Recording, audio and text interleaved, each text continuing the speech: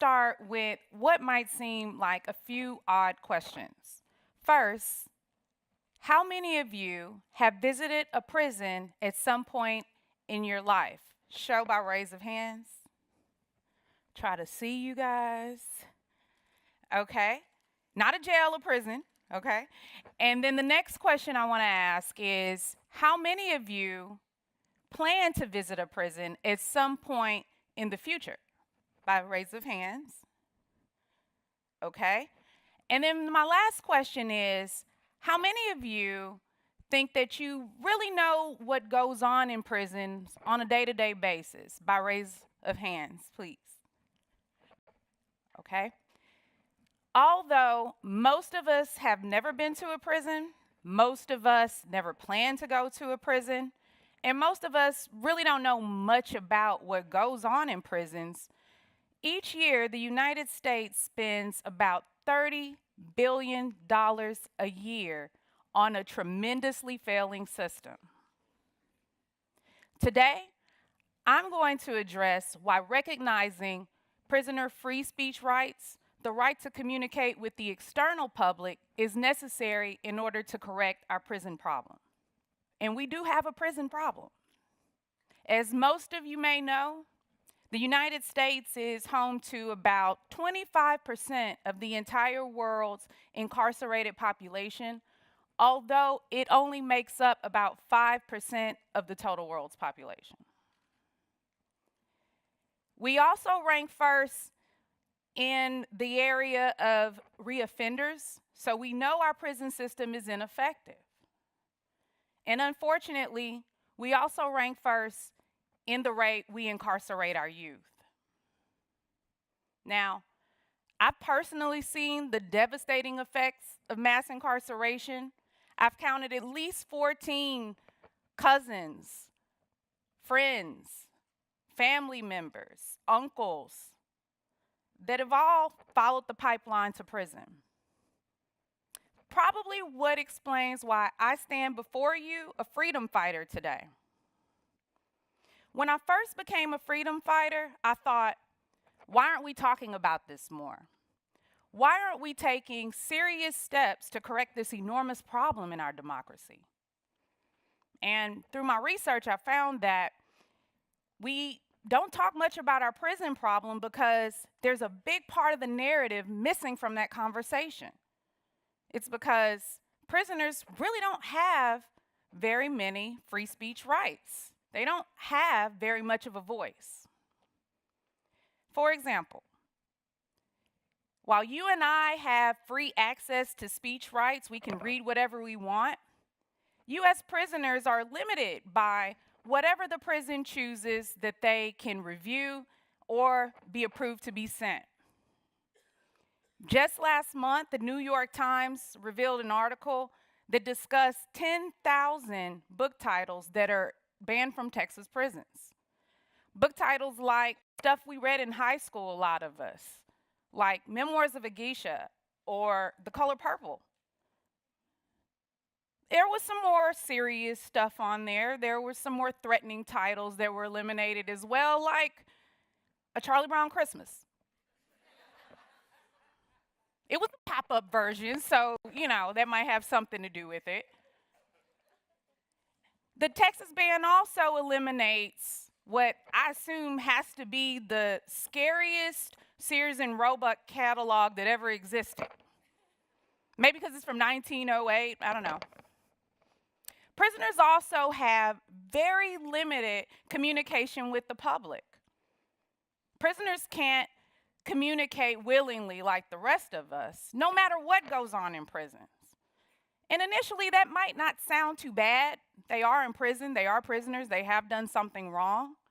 But consider that there are very few ways that they can reach out if something goes wrong. Let's suppose a prisoner does have a grievance. Let's talk about what that might look like. If a prisoner has a grievance, typically what he or she, typically what they must do is file a grievance with the prison itself, using procedures that are also set by the prison.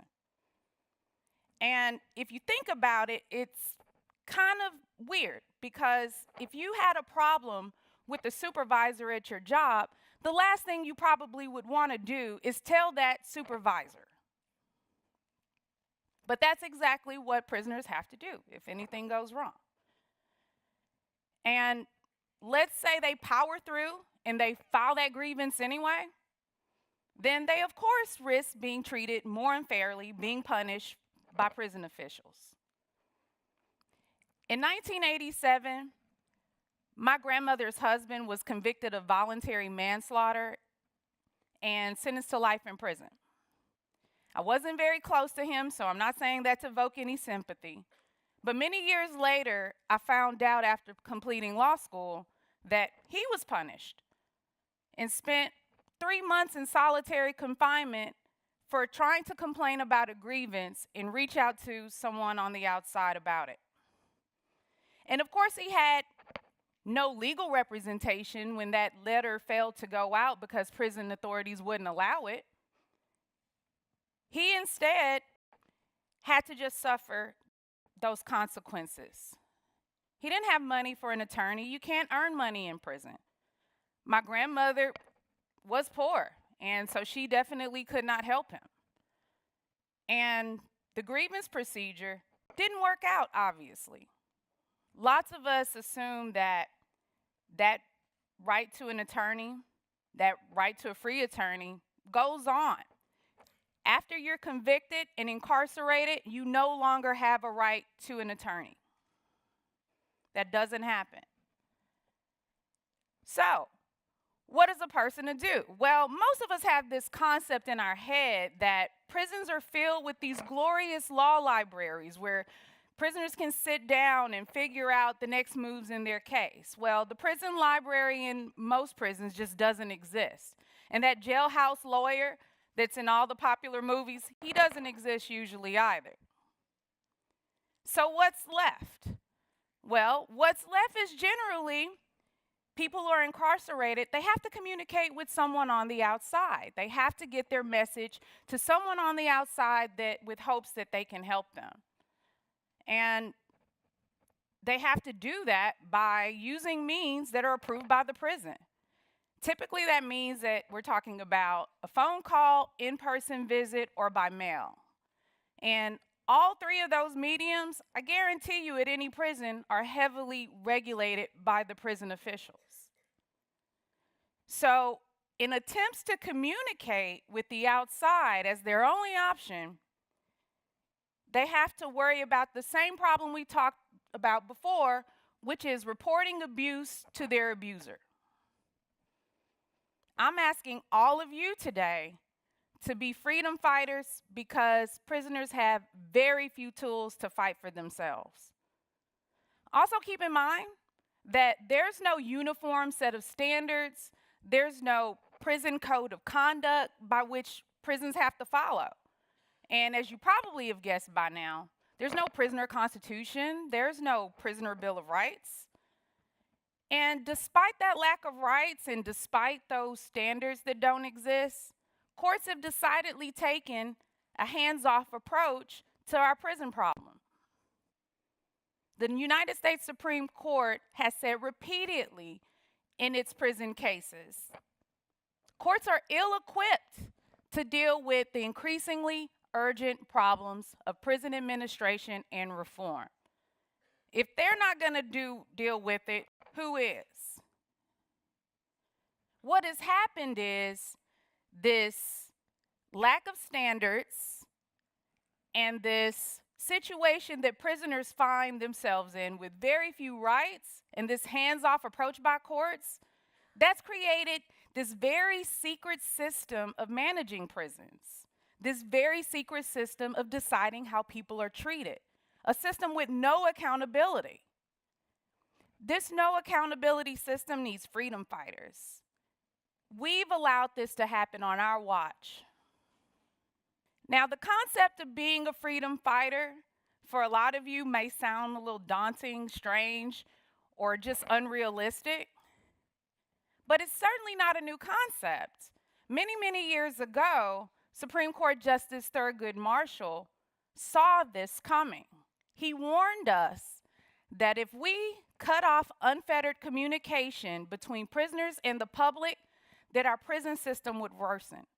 That's exactly what has happened, and his words are still as true today as they were in 1974 when he first said, "In these days of strife in our correctional institution, the plight of prisoners is a matter of urgent public concern."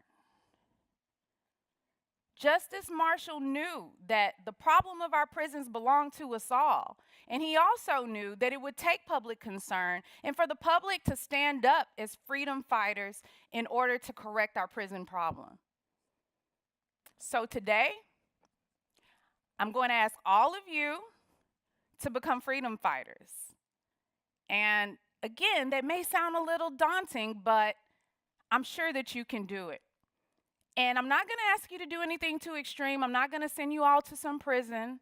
I'm not going to give you the day in the life. But what I am going to ask you to do is adjust your thinking.